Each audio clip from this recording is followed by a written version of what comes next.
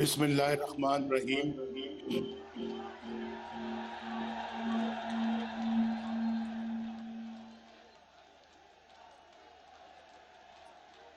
मौलाना फजल रहमान साहब जब तशरीफ लाएं, उनकी खिदमत में मेरा सलाम अर्ज करें। मैं उन्हीं का इंतज़ार कर रहा था। तो अब मैं आपसे मुखातिब होता हूँ। जनाब बिलावर जरदारी भुट्टो साहब, जनाब महमूद खान अचकजई साहब, प्रोफेसर साजिद मीर साहब, डॉक्टर मोहम्मद मालिक साहब,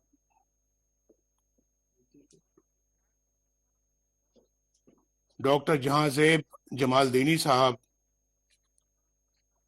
मियाँ इफ्तिखार खान साहब,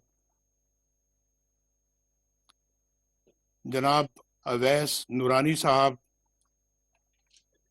जनाब अहमद नवाज जदून साहब, जनाब शाहिद खाकान अब्बासी साहब, मरियम नवाज शरीफ साहिबा और स्टेट सेक्रेटरी खुरम दस्तगीर साहब, और मेरे बहुत ही प्यारे गुजरांवाला के भाइयों, बहनों और बुजुर्गों, अस्सलाम वालेकुम।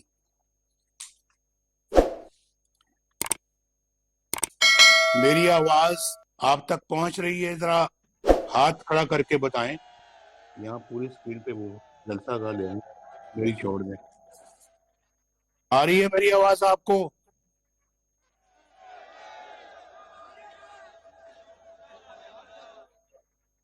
आपको मालूम है कि मेरा आपके साथ क्या रिश्ता है? गुजरांवाला वालों, आपको मालूम है कि नवाज शरीफ का आपके साथ क्या रिश्ता है? आपकी आवाज मुझ तक नहीं पहुंच रही। जरा जोरदार आवाज से बताओ। ये ठीक था। मेरा आपके साथ बड़ा गहरा रिश्ता है, और कुछ लोगों की ख्वाहिश है कि मेरी आवाज आप तक ना पहुंचे और आपकी आवाज मुझ तक ना पहुंचे, लेकिन वो अपने मजमूम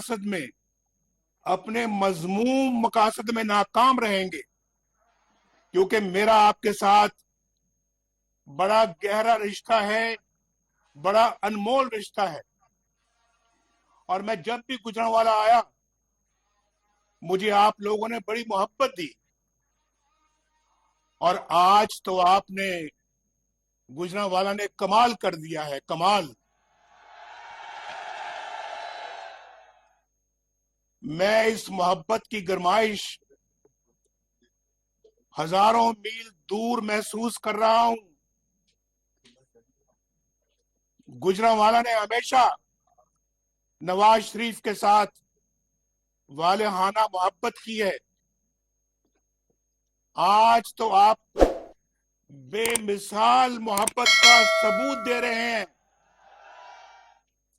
और आज आपको मालूम है कि 3 साल के बाद आज मैं आपसे मुखातिब हो रहा हूं। इन 3 सालों में बहुत कुछ बदल गया। मैं जिन चेहरों को हंसता मुस्कुराता छोड़कर गया था, वो चेहरे आज मुझे उदास नजर आ रहे हैं। मैं अपनी माओ, बहनों, बेटियों के चेहरों पर फैली हुई परेशानी देखकर बहुत दुखी हो रहा हूं। क्या बताऊं, दिल तो चाहता है कि नवाज शरीफ आपके दरमियान आकर बैठे, आपसे कहे कि मुझे अपने दिल का हाल सुनाओ। कुछ मेरी सुनो, कुछ अपनी सुनाओ, और आपसे पूछूं कि वो चमकते जमकते चेहरे जो मैं छोड़कर आया था कहां चले गए? उन चेहरों की रौनकें कहां चली गईं? और आप किस हाल में हैं? मुझे बताएं, आप किस हाल में हैं? आप पर क्या बीत रही है? वक्त कैसे गुजर रहा है? अपने बाल बच्चों की सुनाओ, वो किस हाल में हैं? रोजगार है या नहीं है? चूल्हा जलता है या बुझ गया है? दो वक्त की रोटी भी मिलती है या नहीं मिलती? घर में आटा, चीनी, दाल है या नहीं है? बिजली और गैस का बिल देते वक्त आप पर क्या गुजरती है? सुना है बिजली का बिल देते वक्त आपके आंसू निकल आते हैं। ये बात सही है? अभी चंद दिन पहले मैं लोगों के जज्बात सुन रहा था, टीवी पर भी और सोशल मीडिया पर भी उनकी बातें सुन रहा था। उनके आंसू निकल रहे थे जब वो बिजली की बिल की बात कर रहे थे। लेकिन अब तो सुना है कि दवाइयां भी आपकी पहुंच से बाहर हो गई हैं, और दवाइयां 250% महंगी हो गई हैं। ये बात दुरुस्त है? आपको मेरी आवाज पहुंच रही है? आज गरीब और बीमार आदमी कहां से अपना इलाज करवाता है? कैसे इलाज करवाता है? नारा जो तकबीर! देखो देखो कौन आया! देखो देखो कौन आया! मुक्या तेरा सोनियाजी! मुक्या तेरा सोनियाजी! मुक्या तेरा सोनियाजी! पीडीएम जिंदाबाद! पीडीएम! पीडीएम! पीडीएम! खादे मिलत इस्लामी हजरत मौलाना फजलुर रहमान, बिलावल भुट्टो साहब, मरियम नवाज साहिबा। मौलाना फजल रहमान साहब को वेलकम कहता हूं, उनको खुशामदीद कहता हूं, और मौलाना साहब की खिदमत में गुजारिश करना चाहता हूं कि मैं अभी 3-4 मिनट पहले मौलाना साहब मैंने अपनी गुफ्तगू शुरू की है। मुझे बहुत खुशी है कि आप तशरीफ ले आए हैं, और मैं आपको दिल की गहराइयों से आपको खुशामदीद कहता हूं, अपनी तरफ से भी और ये पीडीएम के जलसे की तरफ से भी और पूरे पंडाल की तरफ से भी। तो मैं बात कर रहा था कि आज तो दवाइयां भी पहुंच से बाहर हो गई हैं, और गुर्दे के मरीज, गरीब मरीज डायलिसिस भी नहीं करा सकते, जो हमारे जमाने में मुफ्त था। और आज सुना है कि 5,000 रुपए वसूल किए जाते हैं। इन परेशान हाल गुर्दों के मरीजों से ये किधर जाएं? इस महंगाई के तूफान में तो आज बच्चों को स्कूल भेजने के लिए भी आपके पास पता नहीं फीस है या नहीं है। इलाज कहां से कराएंगे? और बच्चों की किताबों और कपड़ों के लिए पैसे हैं या नहीं है? अभी सर्दियां आ रही हैं, उनके लिए गर्म कपड़ों के लिए आपके पास पैसे हैं या नहीं है? मुझे जरा बताएं, ये पता लगना चाहिए मुझे। और जो लोग किराए के मकान में रहते हैं, वो आजकल किराया कहां से दे रहे हैं? गरीब बेटियों की शादियां कैसे हो रही हैं? सुना है सोने की कीमत 1,10,000 रुपए तोला हो गई है। कोई मुझे बताएगा कि बच्चियों के हाथ कैसे पीले होंगे, कैसे वो अपनी शादी रचा सकेंगे। रुपए की कदर मिट्टी में मिल गई है, मिट्टी में। और जैसे जैसे रुपए की कीमत गिरती है, हर पाकिस्तानी गरीब से गरीब तर होता चला जाता है। बाजार में 100 रुपए लेकर जाने वाला शख्स मुझे बताए कि 100 रुपए में क्या मिलता है, 100 रुपए में कुछ आता भी है या कुछ खरीदा भी जाता है या नहीं। और फिर मुझे बताएं कि मेहनत कशों का क्या हाल है, जिनकी आमदनी 20,000 रुपए या उससे कम है, वो कैसे जिंदगी गुजार रहा है, वो कैसे गुजारा कर रहा है। जो कहते थे हम 1 करोड़ नौकरियां देंगे, उन्होंने तो 1.5 करोड़ लोगों को बेरोजगार कर दिया है। मैंने तो अभी 20,000 रुपए वाले आमदनी के लोगों की बात की थी, लेकिन जो बेरोजगार हैं वो कैसे जिंदगी गुजार रहे हैं, मुझे जरा बताएं। मेरे दिल पे हाथ पड़ता है जब मैं ये सोचता हूं कि जो बेरोजगार हैं, जरिया आमदनी कोई नहीं है, घर का किराया भी देना है, माँ बाप के लिए, बूढ़े लोगों के लिए दवाइयां भी लानी है, बच्चों को स्कूल भी पढ़ाना है, रोजमर्रा के अखराजात भी बर्दाश्त करने हैं, बिजली का बिल भी देना है, गैस का बिल भी देना। वो क्या कर रहा है, वो किसके पास बेचारा जाके अपनी फरियाद करता है। इन्होंने तो कहा था कि हम 50 लाख घर देंगे। मुझे बताया जाए, क्या किसी को एक भी घर मिला है, किसी को एक भी घर दिया है। फिर आज मुझे बताएं कि काश्तकार, उनका क्या हाल है, उनकी गुजरोकात कैसे हो रही है। सुना है खादें बहुत महंगी हो गई हैं, बिजली बहुत महंगी हो गई है। आए दिन रोज सुनते हैं कि आज बिजली इतनी महंगी हो गई, आज इतनी महंगी हो गई।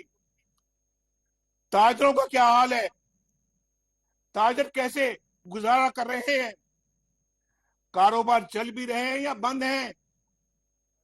सुना है, मैंने सुना है कारोबारी हालात बहुत खराब हैं। नवाज शरीफ आपके एक एक दुख और तकलीफ से वाकिफ है, उसे आपके एक एक आंसू का एहसास है। यकीन मानिए, नवाज शरीफ का दिल रोता है जब वो देखता है कि गरीब आदमी इन मुसीबतों में गिरफ्तार है। मेरी रातों की नींद चली जाती है जब मुझे ये ख्याल आता है कि आपके बच्चे भूखे सोते हैं। मेरा दिल रोता है जब बिजली का बिल आप पर बिजली बनकर गिरता है। आपको पहुंचाया जाने वाला हर जख्म नवाज शरीफ के दिल पर लगता है।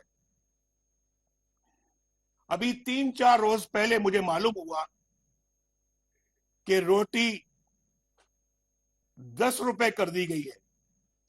क्या ये बात दुरुस्त है? मेरे भाइयों मुझे बताओ, रोटी वाकई 10 रुपए कर दी गई है? भाई 71 साल लगे, ये गौर से सुनो मेरी बात, 71 साल लगे आटे को 35 रुपए किलो तक आते आते। यानी 71 सालों में आटा जो है वो 35 रुपए किलो तक पहुंचा, और सिर्फ पिछले 2 सालों में ये 35 से 75 रुपए हो गया है।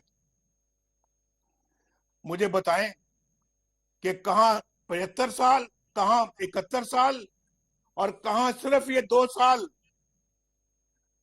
और आज मुझे बताएं कि किस तरह से गरीब गुजारा करता है। एक मजदूर या बेरोजगार एक वक्त में 2 रोटियां भी खाए तो महीने के 1200 रुपए कहां से लाए? और जिसके घर में 6 लोग हों खाने वाले, वो 7,000 रुपए सिर्फ रोटी के लिए, सिर्फ रोटी के लिए कहां से लेकर आएगा? जबकि दालें और सब्जियां भी इस कदर महंगी हो गई हैं कि वो पहुंच से भी बाहर हो गई है। जब बच्चों की स्कूल फीस अदा करने का वक्त आता है, यहां बैठे हुए हैं आप, बहुत सारे बच्चों के बाप यहां पर बैठे हुए हैं, तो जब अपने बच्चों की स्कूल फीस अदा करने का वक्त आता है तो बाप को समझ नहीं आती कि बच्चों की तालीम जारी रखे या उनके मुंह में नवाला डाले, उनके मुंह में खाना डाले। इस हुकूमत ने गरीब आवाम को जीते जी मार दिया है। ना जाने किस मुंह से ये लोग मीडिया पर आते हैं, बेशर्मी के साथ इधर उधर की कहानियां सुनाकर चले जाते हैं।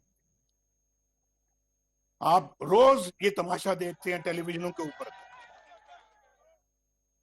भाई, आपको गुजरांवाला के मेरे भाइयों, आपको मालूम होना चाहिए, मैं आपसे पूछ रहा हूं, इन तमाम मुसीबतों का जिम्मेदार कौन है? इस सारी तबाही का मैं किसके साथ इल्जाम दूं? गुजरांवालों के मेरे भाइयों साथियों, इस बर्बादी पर अवाम किसका गिरेबान पकड़े? इमरान नियाजी का या फिर उसके लाने वालों का? इसका जवाब आप भी सोच समझ कर दें। इमरान नियाजी का या फिर उसके लाने वालों का गिरेबान पकड़े? किसका गिरेबान पकड़े? मैं किसके हाथ पे अपना लहू तलाश करूं? आप बताएं, गुजरांवाला के भाइयों और बहनों, असल कसूरवार कौन है? आपका वोट किसने चोरी किया? इलेक्शनों में किसने धांधली की? पोलिंग एजेंटों को किसने निकाल बाहर किया? जो वोट आपने डाला था वो किसी और के डब्बे में कैसे पहुंच गया? किसने पहुंचाया? किसने पहुंचाया?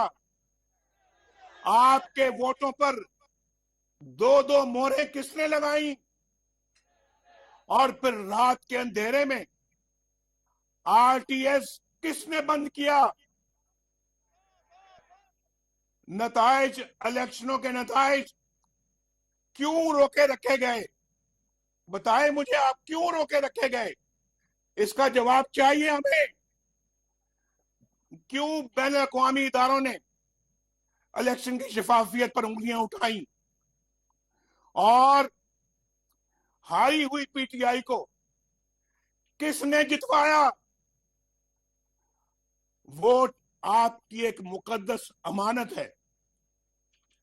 आपकी इस अमानत में किसने खयानत की? मुझे पता लगना चाहिए और आपको भी पता लगना चाहिए। ये हमारा सवाल है, इसका जवाब हम लेकर छोड़ेंगे। किसने सिलेक्टेड हुकूमत बनवाने के लिए हॉर्स ट्रेडिंग का बाजार दोबारा गर्म किया? और किसने अवाम के इंतखाब को रद्द करके अपनी मर्जी की हुकूमत बनाई? नालायक और नाहिल इमरान नियाजी को किसने वजीर आजम बनाया? बताएं, किसने बनाया? गुजरांवाला वालों, बताओ, उंगली किसकी तरफ उठती है? किसकी तरफ उठती है उंगली? बताओ। आप बताएंगे या फिर मैं बताऊं? और डरेंगे नहीं आप। अगर डरेंगे, जो डर गया वो मर गया। डरना नहीं है। और गुजरांवाला के अवाम तो वैसे कभी नहीं डरते। गुजरांवाला के अवाम तो बड़े दिलेर लोग हैं, जुर्रतमंद हैं, शेर हैं, शेर। आज आप गीदड़ नहीं है, आप गाय भैंसे नहीं है, आप भेड़ बकरियां नहीं है कि जिधर कोई हांकेगा आप हांके जाएंगे, जिधर कोई चलाएगा आप चलते जाएंगे। आप बाज़मीर लोग हैं, बाज़मीर। आप अपना जमीर कभी नहीं बेचेंगे। आज खड़े होना होगा, आज उठना होगा। जिसने पाकिस्तान के साथ या आपके साथ ये जुल्म किया है, उसके खिलाफ सीसा पिलाई हुई दीवार बन के आपको खड़ा होना होगा। और इसका आगाज गुजरांवाला के अवाम आज करेंगे इंशाअल्लाह। और ये लहर पूरे पाकिस्तान में फैलेगी। बोलो गुजरांवाला वालों, आप इसका आगाज यहां से करोगे आज? जरा जोर से बताओ कि आवाज टीवी की जरा कम आ रही है। आप मुझे बताएं, पिछले 73 साल से मुतवातर मुल्क के हालात खराब होते जा रहे हैं। हमारे दौर में हालात अच्छे हो रहे थे, लेकिन उसे भी बर्बाद करके रख दिया गया। याद करो, आज से 3 साल पहले कितना अच्छा दौर था, उसको खत्म कर दिया गया। इस सियासी अदम इस्तेकाम ने मैशत को संभलने नहीं दिया और अवाम की कमर तोड़कर रख दी। इसकी क्या वजह है? क्यों पाकिस्तान में कानून की हुक्मरानी ना आ सकी? क्यों अवाम इंसाफ से महरूम है? कई लोग क्यों इंसाफ हासिल करने की तगोदो करते रहे, दुनिया से रुखसत हो गए। और दूसरी तरफ एक मखसूस तबका, उसकी तरफ कोई आंख उठाकर नहीं देख सकता। क्यों आइन को तोड़ने वाले, क्यों आइन शिकन दंदनाते फिरते हैं, लेकिन उनसे कोई पूछने की जुर्रत नहीं कर सकता। ये दोहरा मेयार ये पाकिस्तान में नहीं चलेगा। अब ये नहीं चलेगा और ना हम चलने देंगे इसको। गुजरांवाला के अवाम, इस बात का अहद करो नवाज शरीफ के साथ।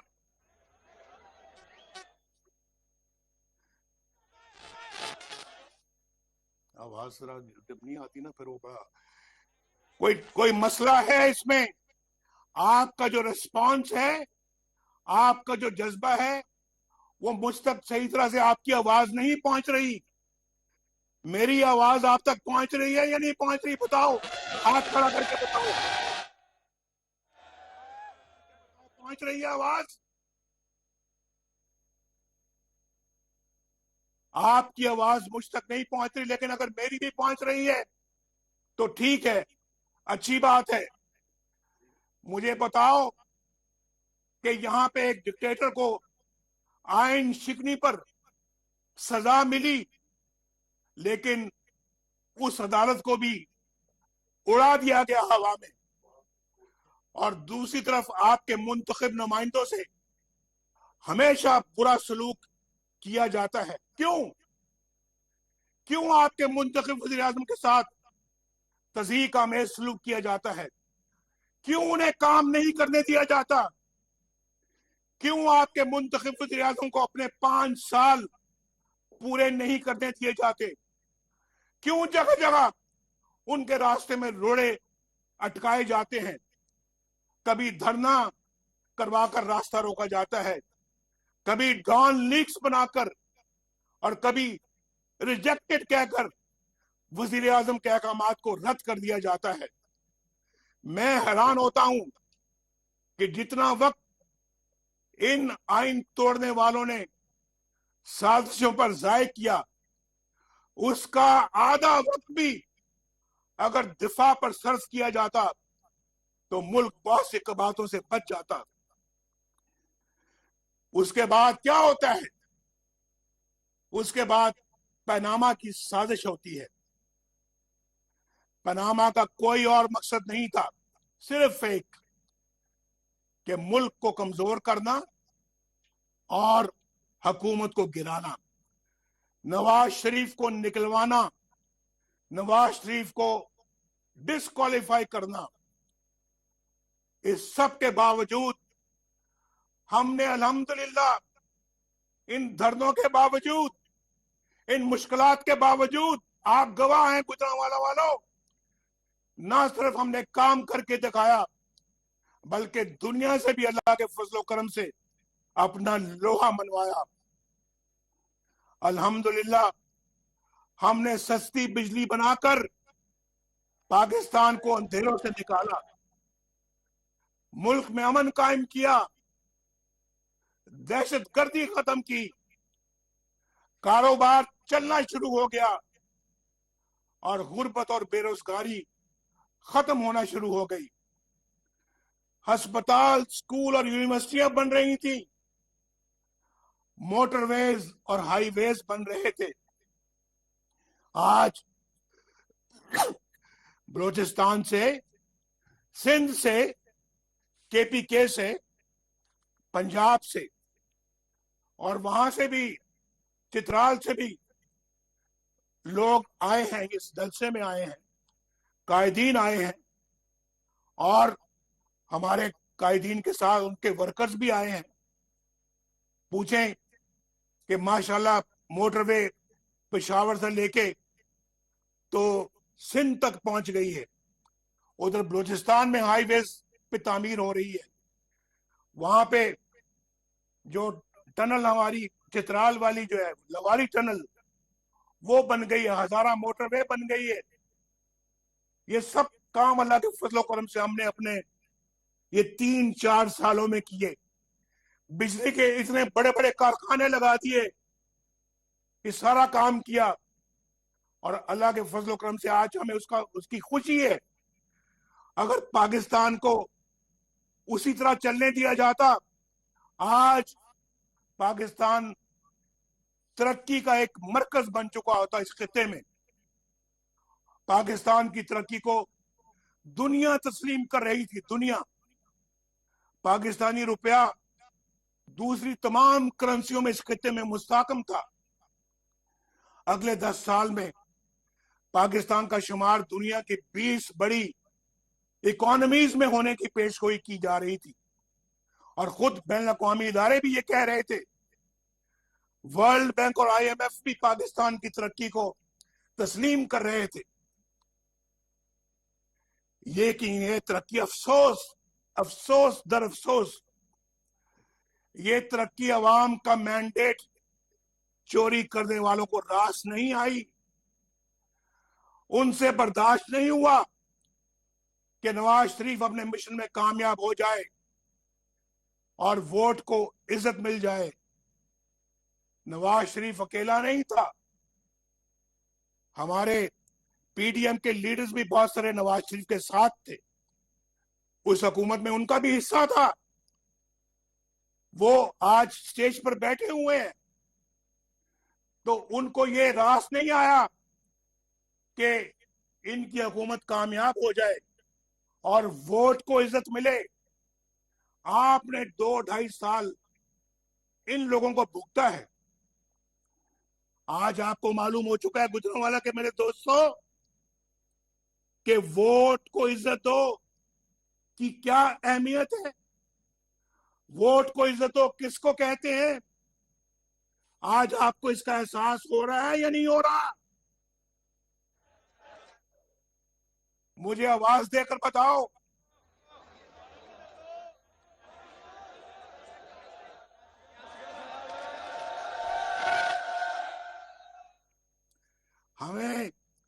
हमें ये गद्दार करार देते हैं हमें ये गद्दार करार देते हैं। ये कोई नई बात नहीं है, गुजरांवाला को परेशान ना होना, ये कोई नई बात नहीं है। पाकिस्तान के बनने से लेकर आज तक डिक्टेटरों ने सियासतदानों को इन्हीं तमगों से नवाजा है।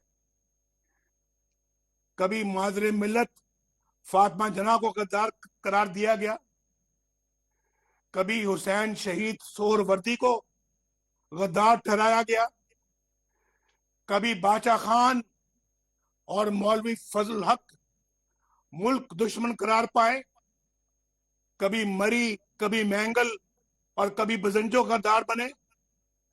और जब ये इल्जाम मशरकी पाकिस्तान में शेख मुजीबुर रहमान पर लगाया गया तो उसके नतीजे में मशरकी पाकिस्तान बांग्लादेश बन गया।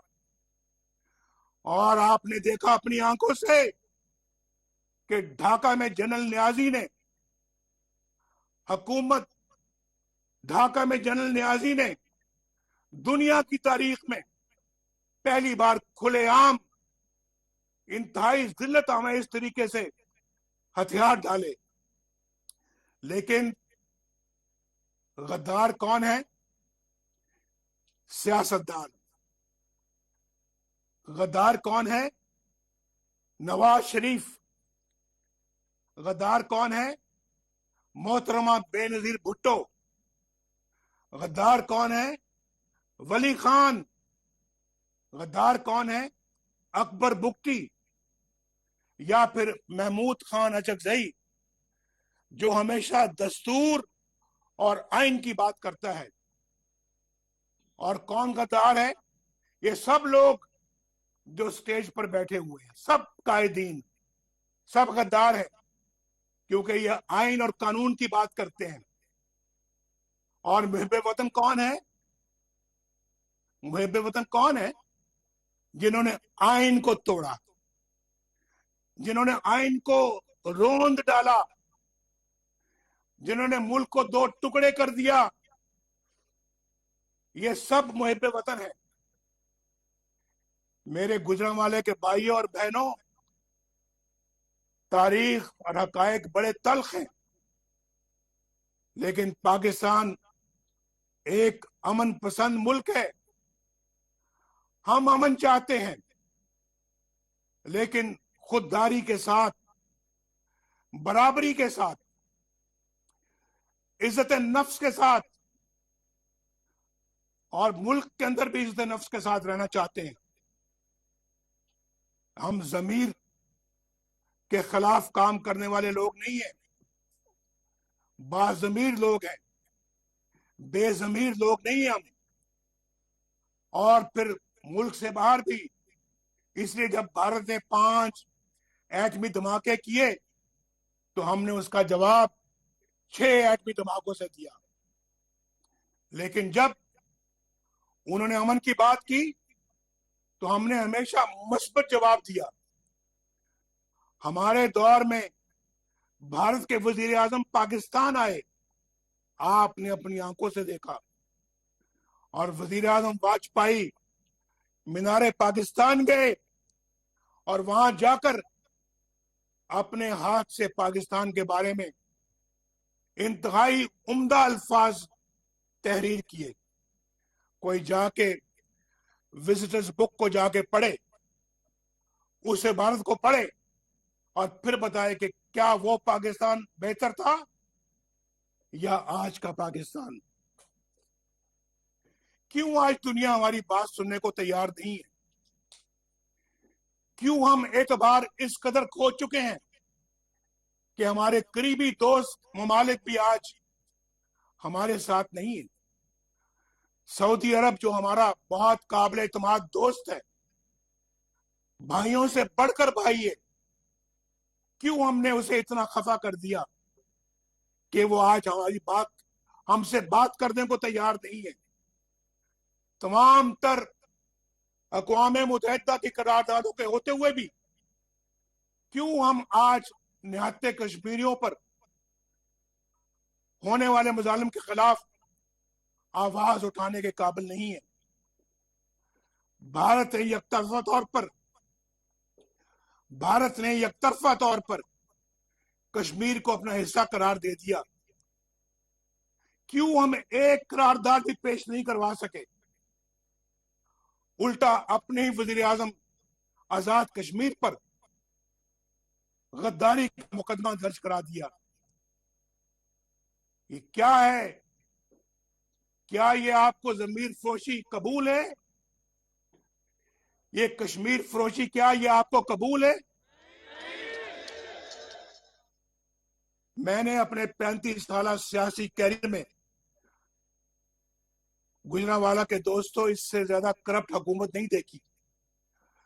इनका तरीका वारदात ये है कि झूठ इतना बोलो कि लोग सच समझना शुरू हो जाए, दूसरों पर इल्जामात की इतनी बौछार करो कि उनके अपने क्या करतूतों से तवज्जो हट जाए, और इस आड़ में ये खुद करप्शन का बाजार गर्म किए रखें।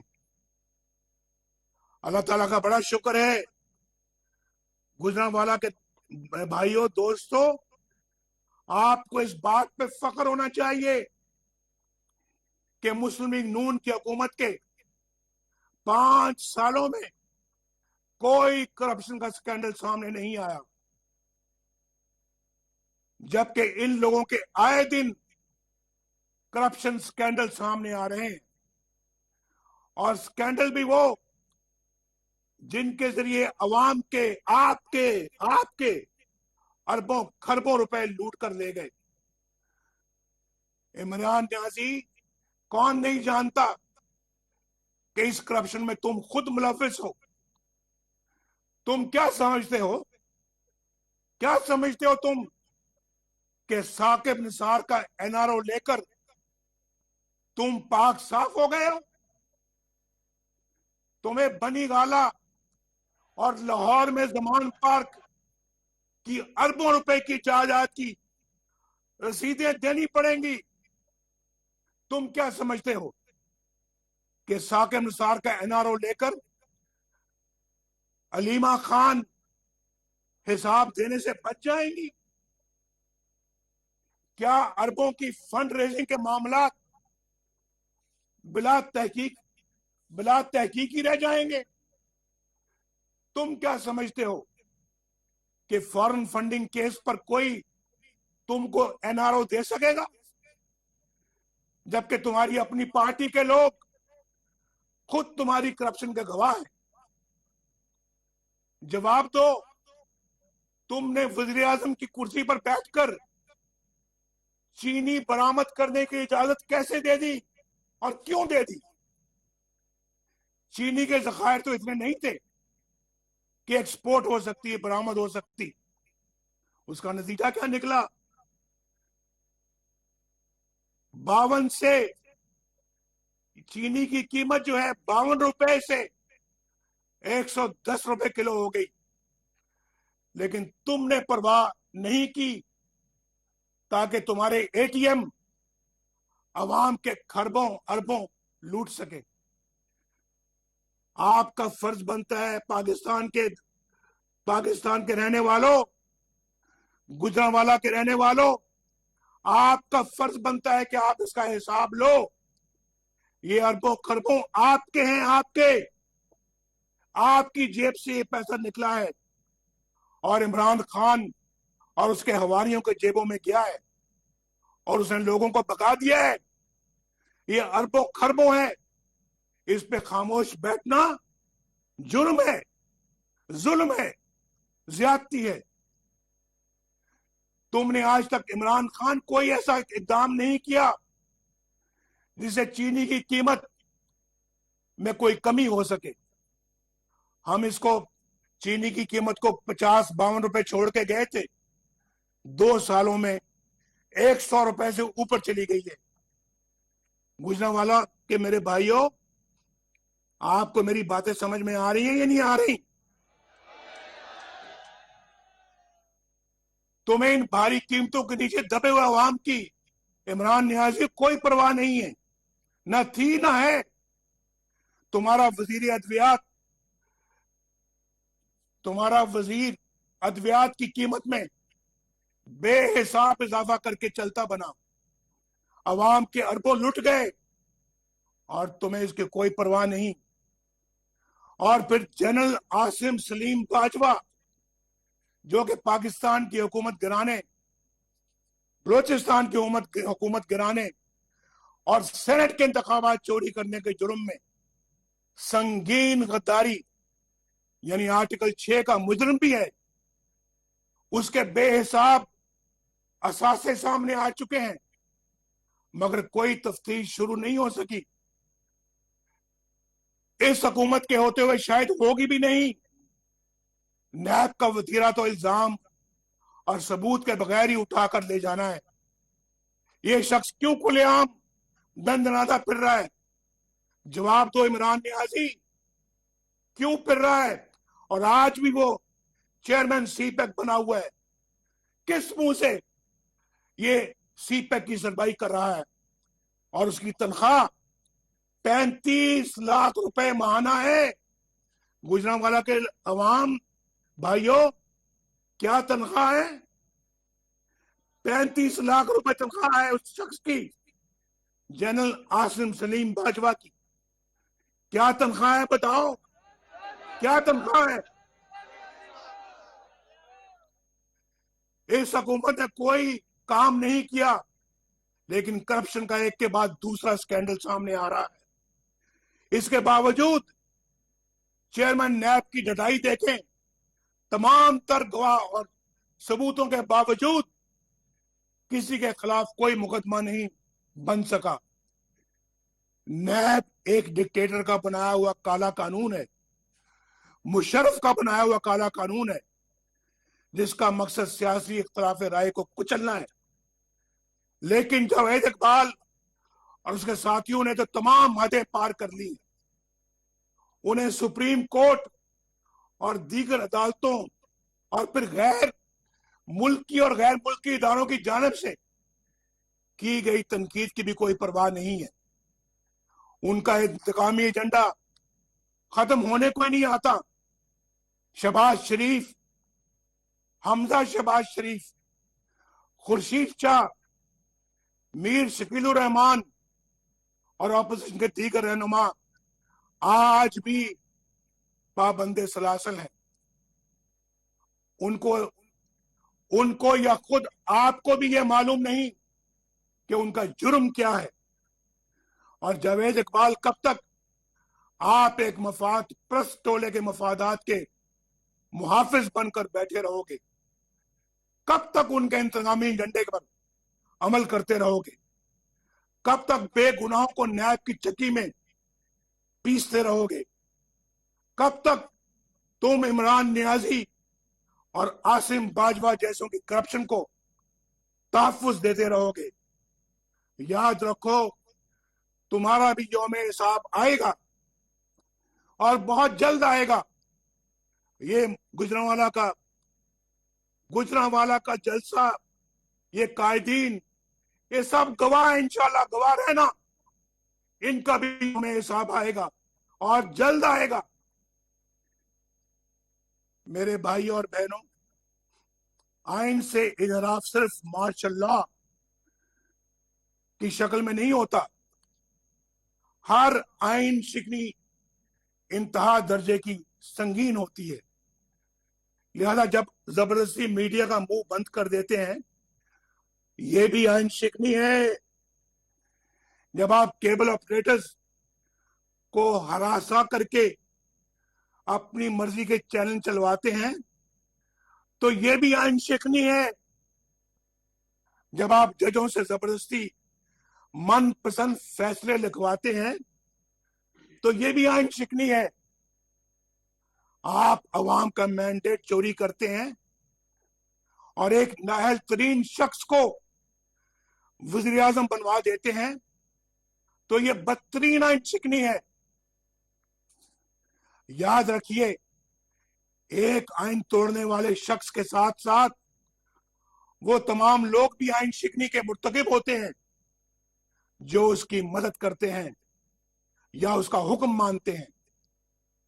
गुजरांवाला के मेरे भाइयों बहनों, आज आपकी तमाम तर परेशानियों और तकलीफों का जिम्मेदार वही लोग हैं जिन्होंने आपको अपने जाती मफादात और इख्तियारात की भींट चढ़ाया है। यही वो लोग हैं जो तमाम मसाइल के जिम्मेदार हैं, और यही वो लोग हैं जो अपने मफादात के लिए पाक फौज को मुतनाजा बनाने के दर पे हैं। हम नहीं, अवाम नहीं, ये हैं वो चेहरे जो पाक फौज को बदनाम करते हैं और मुतनाजा करते हैं। नवाज शरीफ का उन बहादुर कौम के बेटों और सिपाहियों को सलाम जो फलक पोश पहाड़ों और सरहदों पर अपनी जानों का नजराना पेश करते हैं। कल ही वजीरिस्तान और बलूचिस्तान में 20 शहादतें हुई। कौम का हर फर्द सोगवार है। मेरे ये मुजाहिद भाई और बेटे, ये शहीद और शोहदा, ये फौज की इज्जत बनाते हैं, ये कौम की इज्जत बनाते हैं। इन्हें कौम सलाम पेश करती है। इनकी माओं को, इनके वालिदैन को कौम सलाम पेश करती है। तुम कौम के हीरो हो। नवाज शरीफ तुम्हारा एहसानमंद है। कौम तुम्हारी ममनून है। कौम तुम पर फख्र करती है। नवाज शरीफ आपके वोट को इज्जत दिलाकर रहेगा इंशाअल्लाह।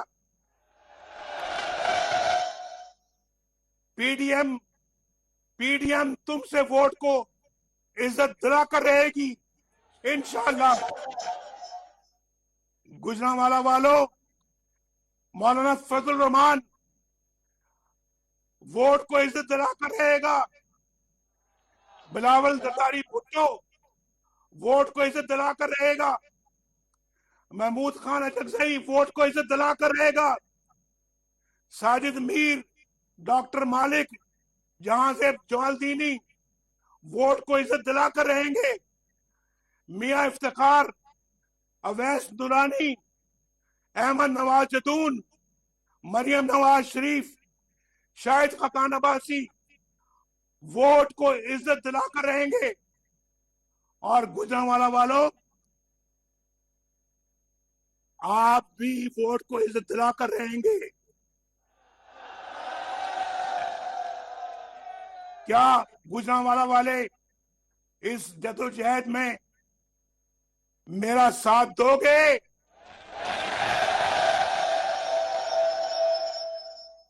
पीडीएम का साथ दोगे? क्या पाकिस्तान हमारा साथ देगा?